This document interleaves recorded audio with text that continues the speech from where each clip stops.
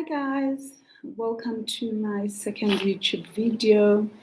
I thought today I'd like to talk about how to handle failure.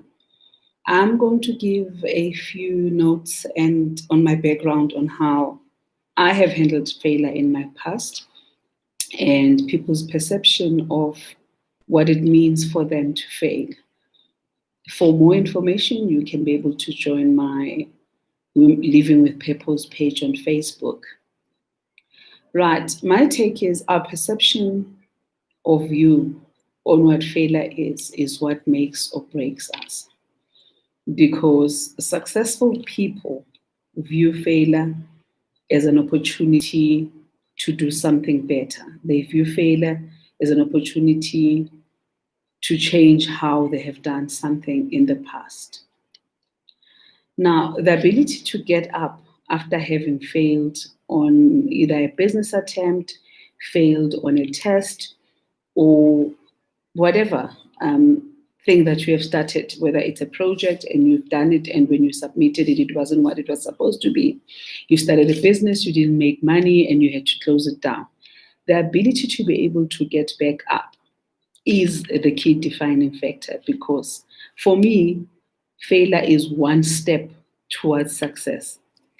It has never been like that. I've always feared failure, just like a number of people. I misunderstood it. I looked at failure as numbers, as a percentage on my math test, instead of saying it's an opportunity to know what it is that couldn't work or didn't work. And I have a chance to be able to improve it, to make it better. That is how I view failure now.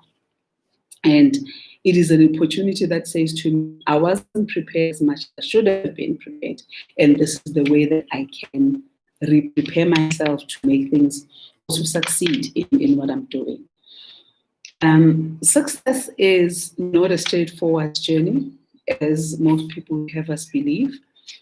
Success is not a straightforward trajectory. It's got curves, it's got balls, it's got downfalls, it's got upstreams, it's got circles going around in circles in terms of something going up again, etc. If we were to plot it on a chart, we would see this wriggly type of up-down curve bending. It's not just a straightforward trajectory as most people will have us believe. Therefore, you would need to define what success is for yourself to be able to say, I have made it. And success, you need to know that there is no end, there is no stop. It's not final. Success is not final, and failure is not fatal. I'm going to repeat. Success is not final, and failure is not fatal. Because no matter how successful you are in making that million, you want to go up and make the next 2 million, and you'll be faced with different challenges at every hurdle and every plane of your trajectory, of your growth, whether it's business, personal, family, social. You will always be faced with certain challenges that you need to choose on how you handle them. All right.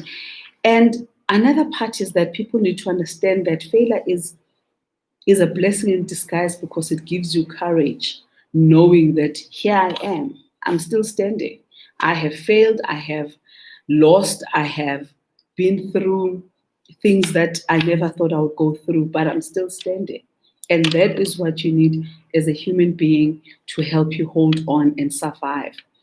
And how you choose to fall is another issue.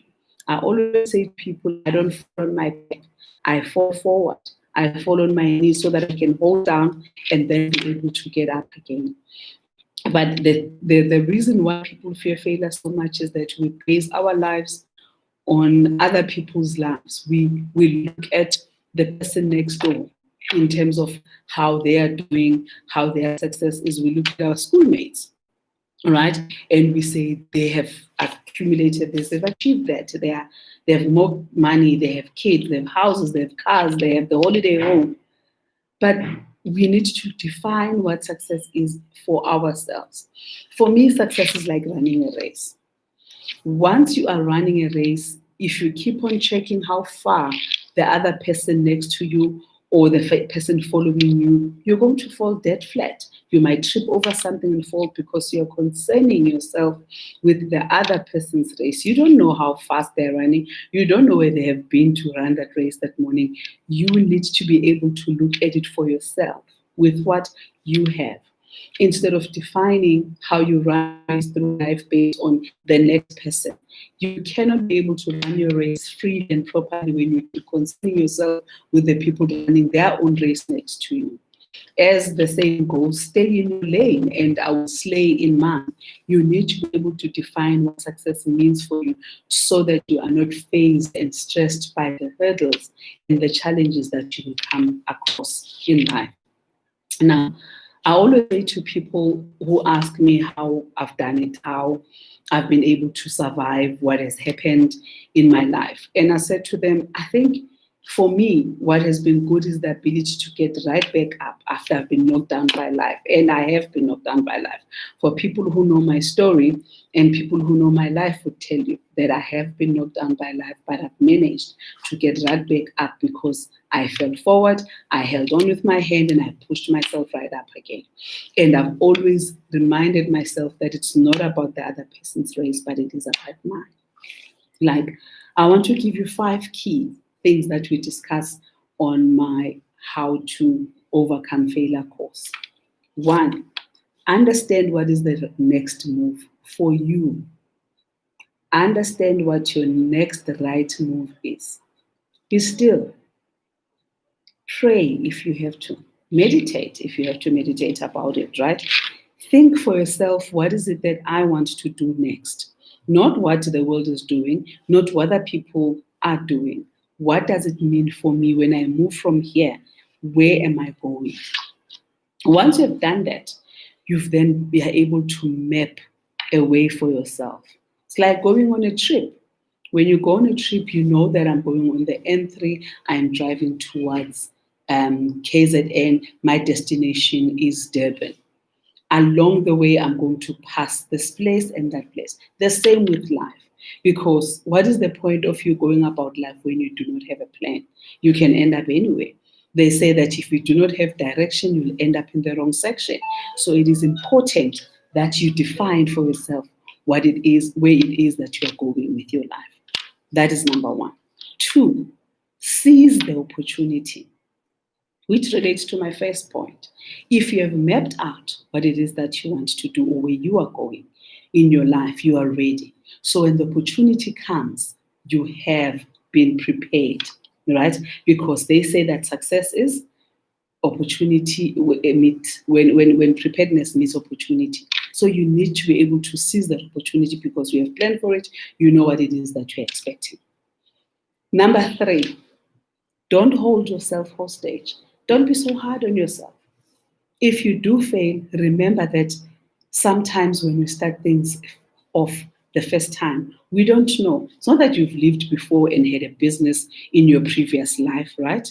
Depending on what you believe, right?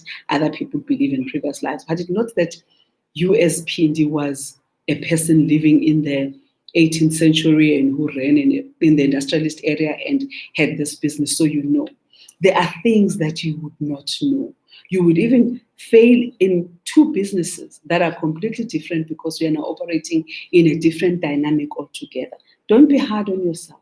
The key is to get right up and try again and use the learning. It would be, again, foolish for one to keep on doing the same mistake over and over again. As I say, doing the same thing over and over for me is the definition of insanity. Once, yes, I fell, I made a mistake. Second time, I need to be more cautious of the decisions I make, the investments I make. Where am I going? How am I going? You need to be able to do that, right? Number 4, you need to work on yourself. Success is an internal job before it becomes an external. If you are, for instance, unfortunately for the Comrades runners this year in 2020, they are not able to run the Comrades, but there was preparedness for them to be able to get to that point. They've worked on themselves emotionally, mentally, physically. The same with anything in life. If it's schoolwork, you need to be prepared to stay up those nights studying. If it is business, you've got to be prepared to cut down on your salary, on your spending, for you to be able to make an investment in your business. Work on yourself. until you as a person are full. I used to be scared that people would think I'm so full of myself. But then I realized that actually being full of oneself, not arrogant, being full of oneself is good because you cannot pour from an empty cup. You need to be full so that you can be able to give to others. You can't give what you don't have. So if I'm content with myself, where I am, what I've accomplished, what I do, I'm better able to share that with others. And that is what I've learned. So you need to be content with what you have. Your cup is full, your cup runneth over, then you can pour for others. Lastly, you need to run your race as hard as you can. For yourself, as I explained earlier, that success is your own. Your success, you have to own it, and you don't have to look at the people. Again, taking the race analogy or example is when you are running your race, you can't keep watching back where the next person is, how far they are from you. Your view should be on the mark, on the goal, on the plan and the distance that you are running for yourself. Because maybe that person just decided they're going to run 15 kilometers and not 20. You don't know what their plan is. The key is for you to be able to run your own race for yourself. Figure out what your power base is. I hope that you are good, and I hope that you'll be able to join me on my Facebook page, Living with Purpose, or drop me a message on my Phindi Cebe Khulu page, and then we will chat more. Cheers. Enjoy this day.